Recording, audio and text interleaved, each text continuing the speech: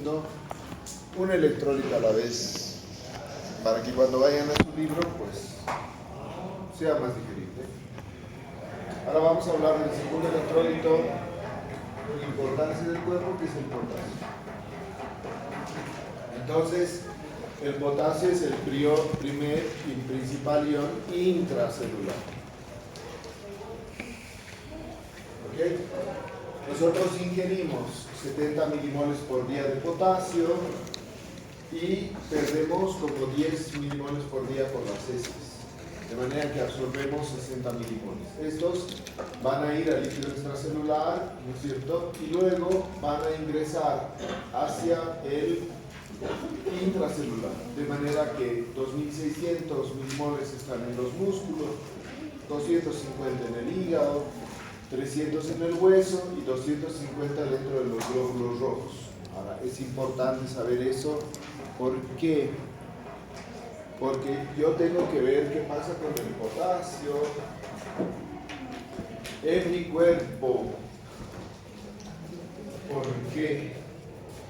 El potasio es el ion de la repolarización. Entonces, el potasio normal en sangre es 3.5 hasta 5.5 miliequivalentes litros. O es lo mismo que milimoles litro, para que ustedes estén tranquilos y digan, pero nos hablan de diferentes unidades, no es lo mismo. Es lo mismo para el sodio y para el potasio, no es lo mismo para las otras sustancias, por si acaso. O sea, milimol litro, miliequivalente litro es lo mismo sodio y potasio. Pero si vamos a la glucosa, no es lo mismo. Y fíjate siempre las unidades. Entonces, a ver, iremos. Imagínense que un agricultor, ¿no es cierto?, se toma hasta el agua del florero porque la hija se casó y al día siguiente le toca trabajar. Y mientras está manejando el tractor, se cae el tractor. Y con tal mala suerte que le pasa por encima las ruedas del tractor. O sea, lo atropella el mismo tractor. Entonces, ¿qué va a pasar? Lo que va a pasar es que la tierra es blanda y al pasar el tractor encima de él va a hundir el cuerpo en la tierra. Y lo que va a hacer es aplastar los músculos, ¿sí? Sin romper los huesos. Todos los músculos van a estar aplastados y se van a romper. A eso se llama síndrome crash.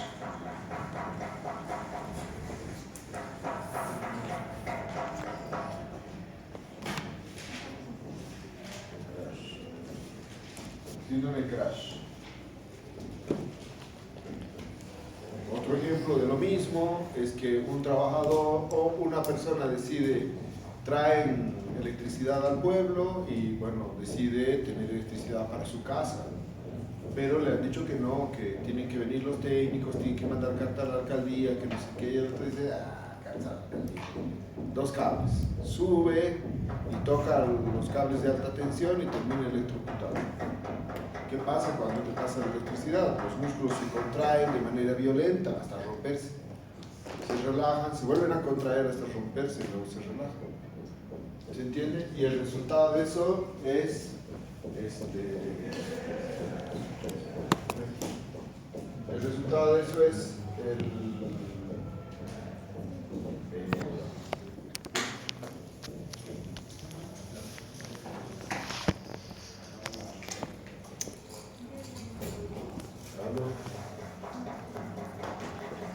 Ahora, ¿qué va a pasar con la concentración del potasio en esos pacientes que acabamos de mencionar? ¿Qué va a ocurrir? Otro paciente.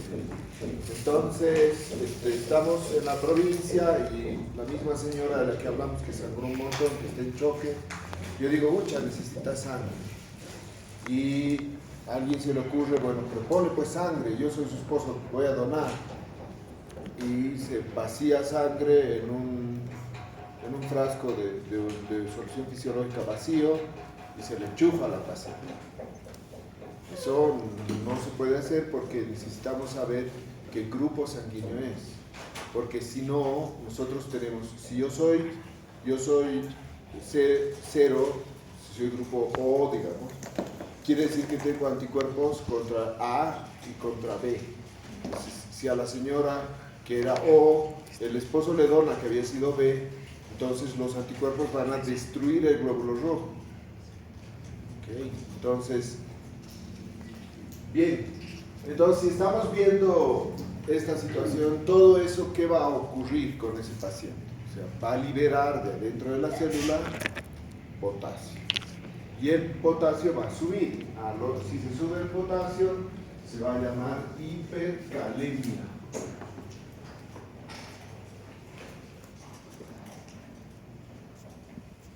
Y si baja, se va a llamar hipocalemia. Entonces, ¿cómo ocurre la repolarización de una célula? ¿Sí?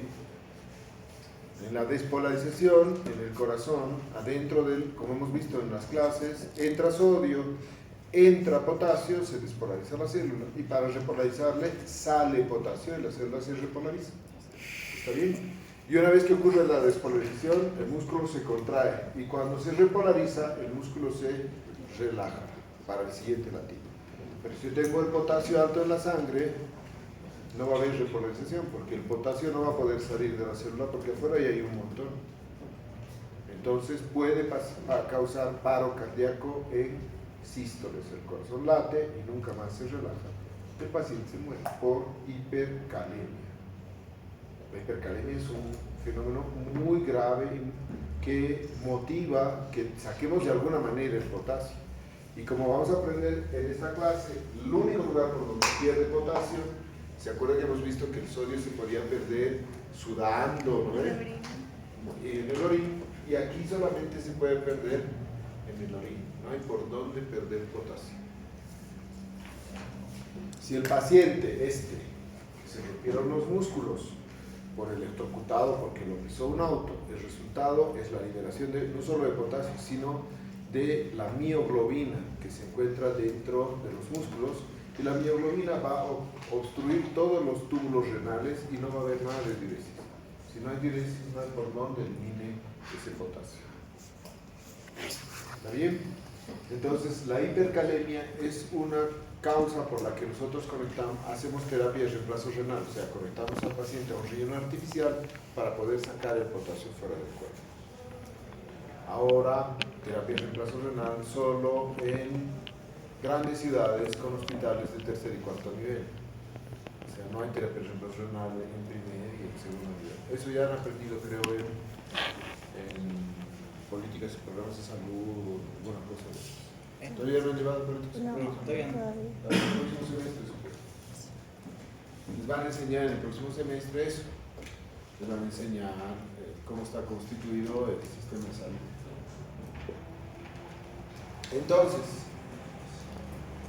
Entonces, por ese motivo es importante saber dónde está guardado el potasio para ver qué células que se rompen terminan liberando potasio. Okay.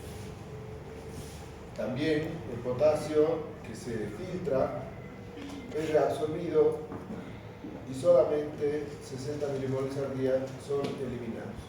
Pero a diferencia del sodio, el potasio se filtra, se absorbe, se secreta y se excreta.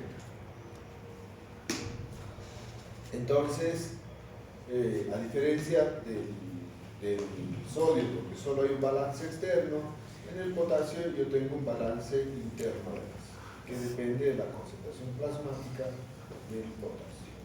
Entonces, la relación entre el balance interno y externo permite que se mantenga en esos valores, un poco muy estricto, los valores son hasta 5.5 miliequivalentes por litro. Entonces, ¿qué modifica el potasio? ¿Sí? Bueno, ¿de qué depende el potasio? Depende de la acción de la bomba sodio-potasio TPasa a nivel del túbulo contorneado distal por acción del aldosterona. Entonces depende del metabolismo de las proteínas, depende de la liberación de catecolaminas, de la acción de mineralocorticoides como la aldosterona, como hemos mencionado, y de la insulina. La insulina lo que hace es ingresar el potasio junto con la glucosa al interior de la célula por una proteína cotransportadora. De esa manera, cada vez que administramos insulina a un paciente, el potasio se baja. Una lección más a aprender cuando recibimos un paciente diabético descompensado. Se nos llega un paciente con una complicación que se llama cetoacidosis diabética, habitualmente un niño, que llega con cetoacidosis diabética, y entonces lo internamos al niño y se le coloca una vía periférica, se le toma una muestra y tenemos, no sé, 350 de glucosa. Y como está con olor a manzanas, decimos este está en cetoacidosis y hay que empezarle insulina por bomba de difusión continua, por perfusión continua a través de la vía periférica, o sea, directamente al torrente sanguíneo. ¿Qué va a pasar ahí? Como iba a poner insulina, la insulina va a hacer que toda esa glucosa entre al interior de las células, pero junto con el potasio, y el potasio se me va a caer. Si por el otro brazo no le estoy dando potasio endovenoso, el paciente va a desarrollar hipocalemia. Entonces la hipocalemia va a causar hiperpolarización de la célula, quiere decir, la célula va a contraerse, se va a relajar y no se va a poder volver a contraer el corazón, y va a causar paro cardíaco en diástole. La hipocalemia produce paro cardíaco en diástole. Entonces el niño se me va a morir, entonces los papás te van a venir a decir, oye, ha venido porque la diabetes era diabético y se ha descompensado la diabetes, ¿por qué se ha muerto? Entonces tú, ¿cómo les vas a explicar que no has asistido a la clase de fisiología en la que te han dicho que si pones insulina vas a causar hipocalemia y que tenías que haber repuesto potasio desde el primer frasco de solución parenteral que le vas a poner a ese niño para rehidratar?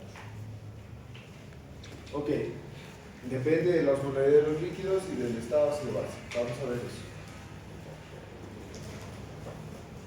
En relación al estado ácido-base, entonces, ¿qué es lo que ocurre? Nosotros en el cuerpo, no han visto el concepto ácido-base, pero bueno, en el cuerpo lo que nosotros hacemos, somos como un vehículo que necesita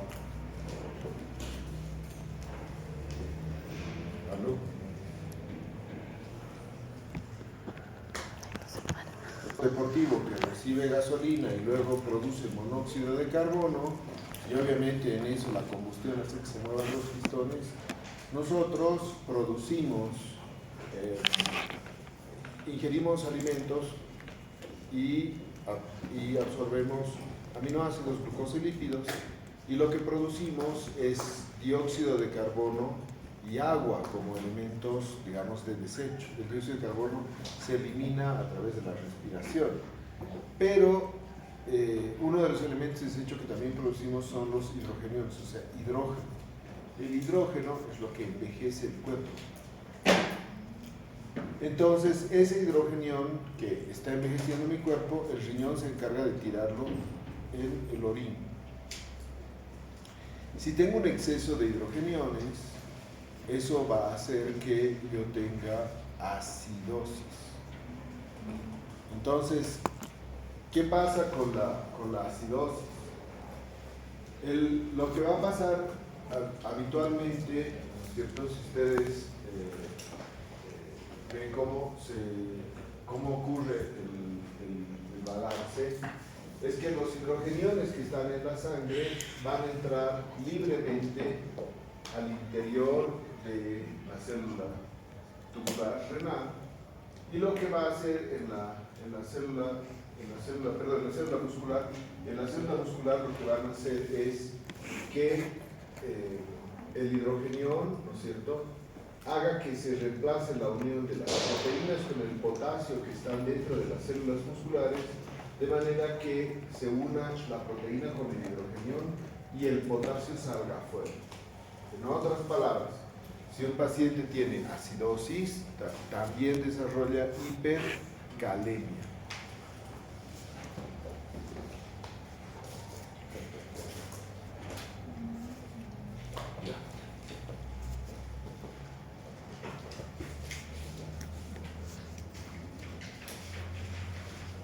Iremos a un caso práctico. Nos llega ese paciente que se electrocutó. Llegó determinado, entonces le pido laboratorio. Y lo que yo tengo es un pH, que eso debería ser normalmente 7.35 a 7.45, tengo un pH de 7.12. Está bajo. Este pH bajo se traduce en lo que se conoce como acidosis. Y eso significa que la concentración de hidrogeniones en la sangre está muy elevada. Entonces me viene con un potasio de 8. Hemos visto que el potasio normal es de 3.5 hasta 5.5. ¿Qué va a pasar con este paciente? Pues se va a morir, tengo que hacer algo. Entonces, inmediatamente, para conectar un riñón artificial, o sea, una máquina de diálisis, ¿qué se necesita? Muchas cosas. Primero, tener la pinche máquina de diálisis. Segundo, tengo que tener la tubuladura para conectarlo a la máquina de diálisis. Un filtro especial que permite el intercambio de sustancias. Un nefrólogo que me lo valore. El nefrólogo me va a decir, esta máquina no se puede contaminar con virus, porque los virus no se salen de la máquina. Entonces va a pedir que el paciente tenga serología para virus de la hepatitis B, de la hepatitis C y del VIH, para que en esa máquina no se contagie a otros pacientes con esos virus. Entonces, ese laboratorio tarda 24 horas en salir. Y este paciente se me va a morir ahorita. Aparte de que tengo que conseguir un cirujano vascular que le coloque un catéter doble lumen cerca del corazón con un catéter muy grueso para poder sacar la sangre a la máquina y devolver la sangre de la máquina limpia. Como verán, todo eso es un proceso que necesita muchas cosas. Todo eso que se necesita, tengo que ver en qué sistema trabajo, público, seguridad social, privado. Entonces, si es privado, si la familia tiene plata para hacer eso o no, todo bien. Entonces, mientras tanto, a mí el potasio no va a esperar. En la siguiente latido puede ser que el paciente entre en paro cardíaco y se me muera. Tengo que hacer algo. ¿Está bien? Entonces, voy a manejarlo. ¿Qué se hace? Voy a administrarle 10 gramos de glucosa más 25 unidades internacionales de insulina.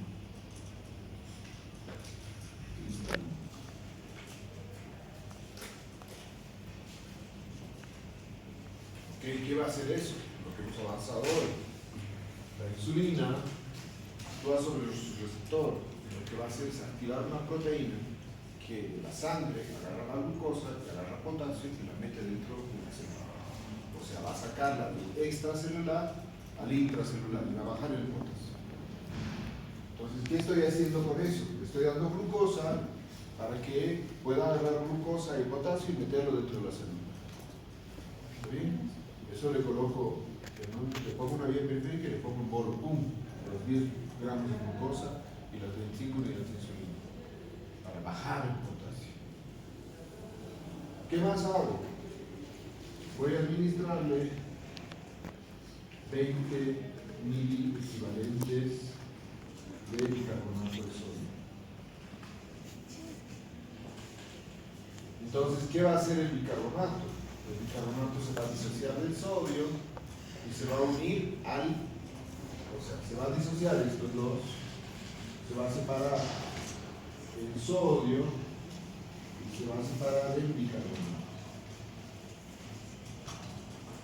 Este bicarbonato se va a unir al hidrogenón gracias a una enzima que se llama anhidrasa carbónica y se va a formar el ácido carbónico. Y el ácido carbónico se va a disociar en dióxido de carbono y agua. ¿Está bien? Y por lo tanto, el pH va a subir. Si sube el pH, ya no va a haber hidrogeniones que entren adentro de la célula muscular y el potasio se va a quedar dentro de la célula. Ya no va a salir. Y eso también va a hacer que el potasio baje. Y la tercera cosa que voy a hacer es utilizar furosemida. Te voy a dar 80 miligramos.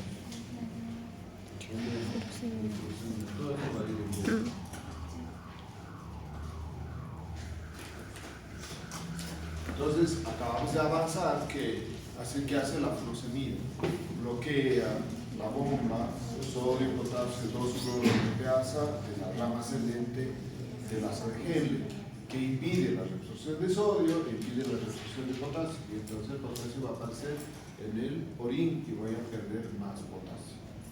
Con todos esos mecanismos voy a bajar el potasio de 8, digamos que a 5.5, y el paciente no se me va a morir. Hasta que me consiga nefrólogo, cirujano vascular, catéter Mancurka, máquinas de diálisis, haga laboratorios de serología para hepatitis B, C, VIH. ¿Está bien? ¿De dónde ha salido toda esa idea? De esta clase. O sea, por eso, o sea, no parece ser útil todo lo que avanza. Sí, todo el tiempo, dice cosas, no sé. Yo escucho guau, y se pasa la hora y ya es hora de comer, ¿no? Pero no, la verdad es que si nosotros escuchamos bien la clase, la vamos a poder aplicar a eso. Eso es lo que se hace en la emergencia cuando hay hipercalemia. Y en los libros de emergencias está ese manejo para cuando tengo hipercalemia. ¿Ok? Entonces todo eso tiene un origen fisiológico que yo tengo que aprender.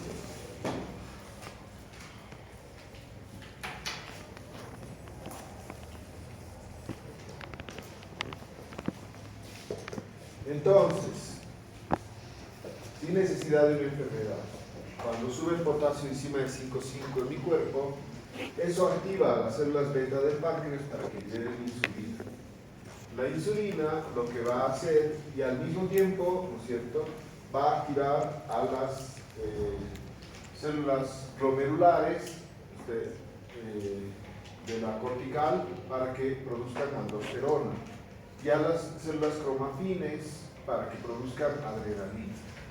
Entonces, esto va a hacer que la insulina actúe sobre su receptor y abra un transporte de glucosa y una bomba, ¿no es cierto?, sodio, potasio, TPasa, que introduzca el potasio al interior de las células.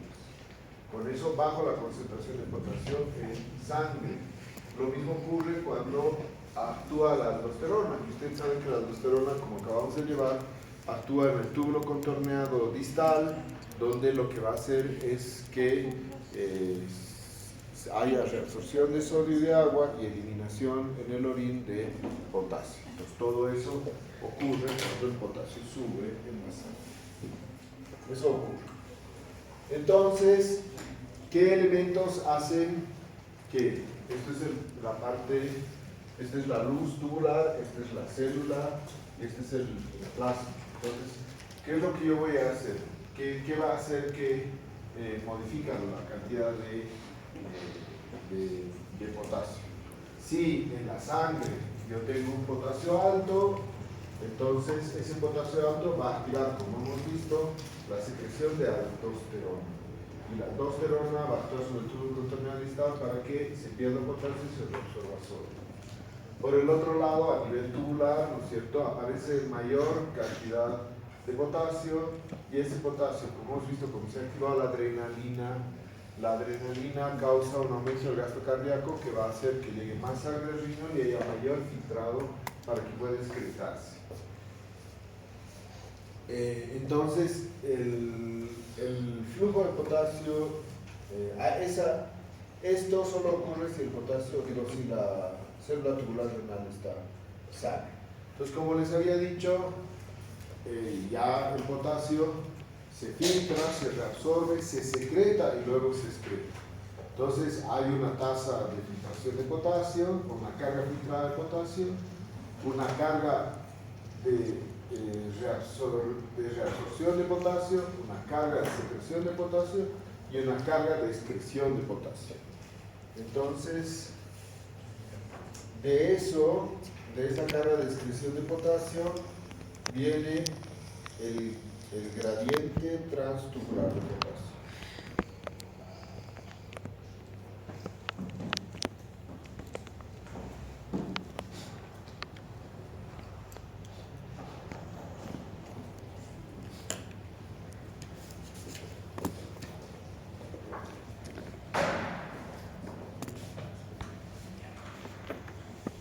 gradiente transtubular de potasio.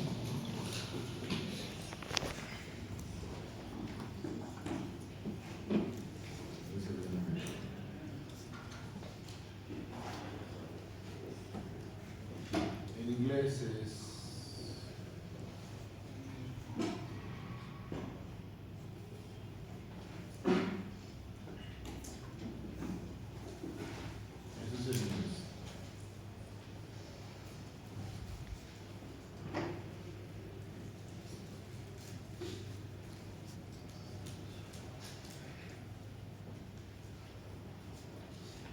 el potasio urinario sobre el potasio plasmático, sobre la osmolaridad urinaria sobre la osmolaridad plasmática.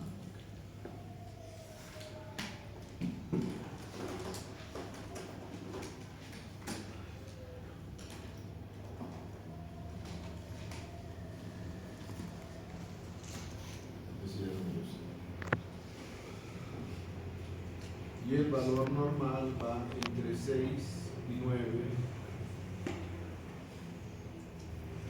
unidades. Habitualmente el valor es mayor que 9 cuando el potasio está alto. O sea, aquí es mayor que 9 si hay hipercalemia. Y es menor que 6 cuando hay hipocalemia.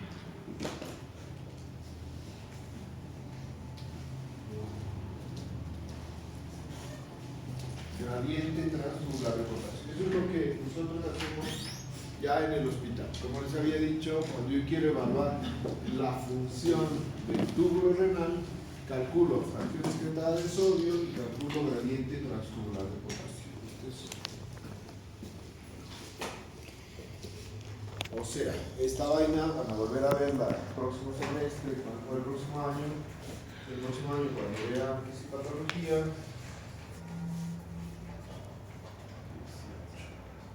Y cuando estén en quinto año y estén pasando nefrología, cuando sean internos, fórmulas van a tener que aprender más porque no queda otra. Salvo que decidan ser cirujasmos, ¿no? Si van a ser cirujasmos, no importa si son neurocirujasmos, cirujasmos torácicos, cirujasmos cardíacos, igual siempre cirujasmos. Pueden ser clínicos o cirujasmos, ustedes pueden decidir. Aquí ya se decide eso. Después no me gusta más. Cirujasmo, ¿no? ¡Oh! ¿Qué te queda? El próximo año, cuando empiecen a llevar cirugía 1, aplicarte, te estar haciendo nudos todo el tiempo, ¿no? O sea, porque tú vas a ser cirujasmo, porque para esto no sirves. Entonces, cirujasmo. O psiquiatra. Sí. Psiquiatra. ¿Qué más podría ser? Traumatólogo. Sí, traumatólogo. ¿Cierto? Tu gorro hecho de papel, ¿no es? Tu pato, tu barilejo, tu yeso, tu serrucho, tus clavos, tus tornillos. Todo. Pueden ser traumatólogos.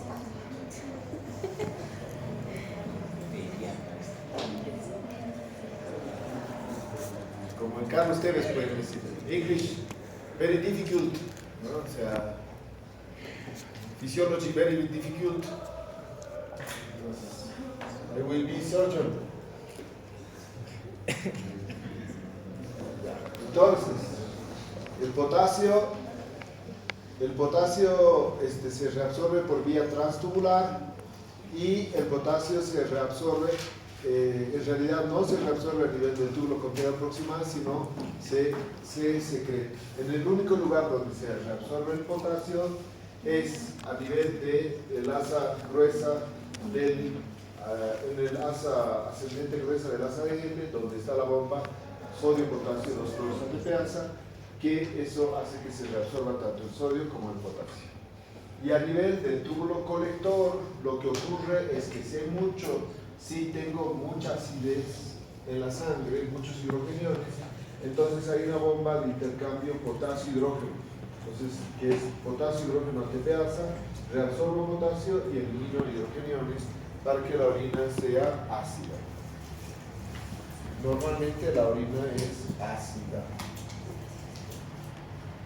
Ok, entonces, ¿cómo puedo lograr yo tener una dieta? O sea, ¿de dónde viene el potasio? De los alimentos. ¿Cómo puedo tener una dieta alta en potasio? Cuando ingiero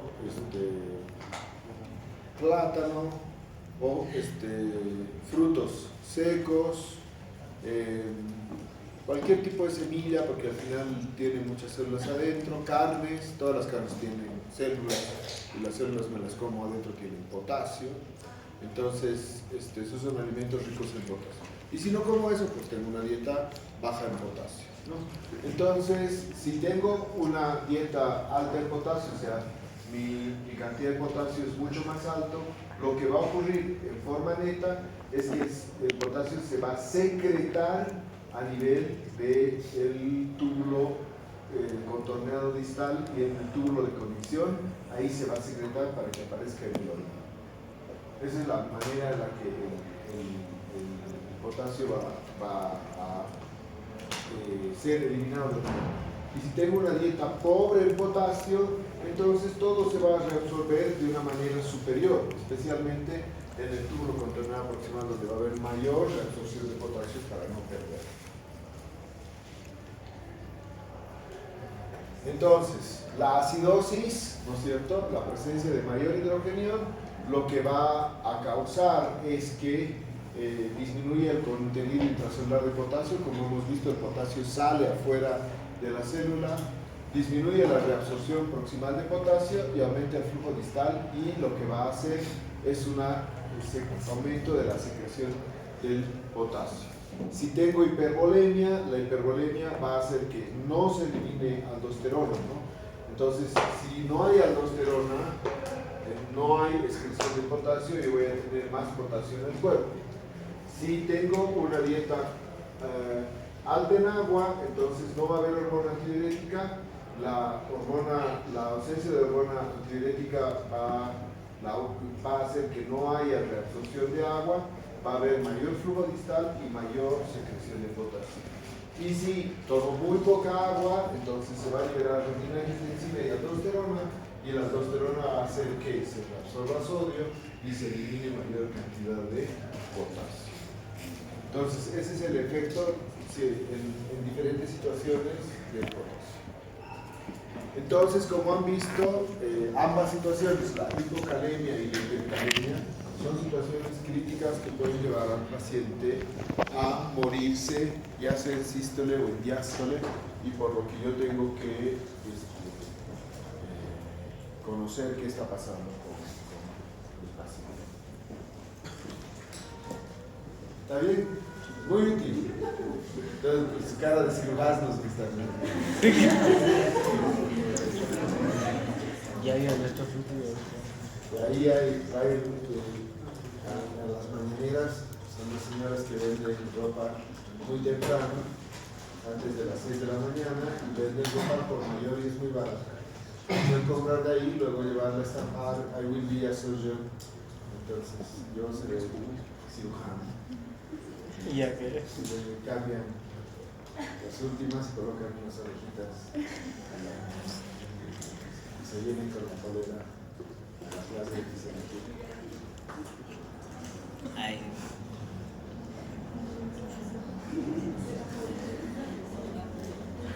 Esto de verdad que es todos los días.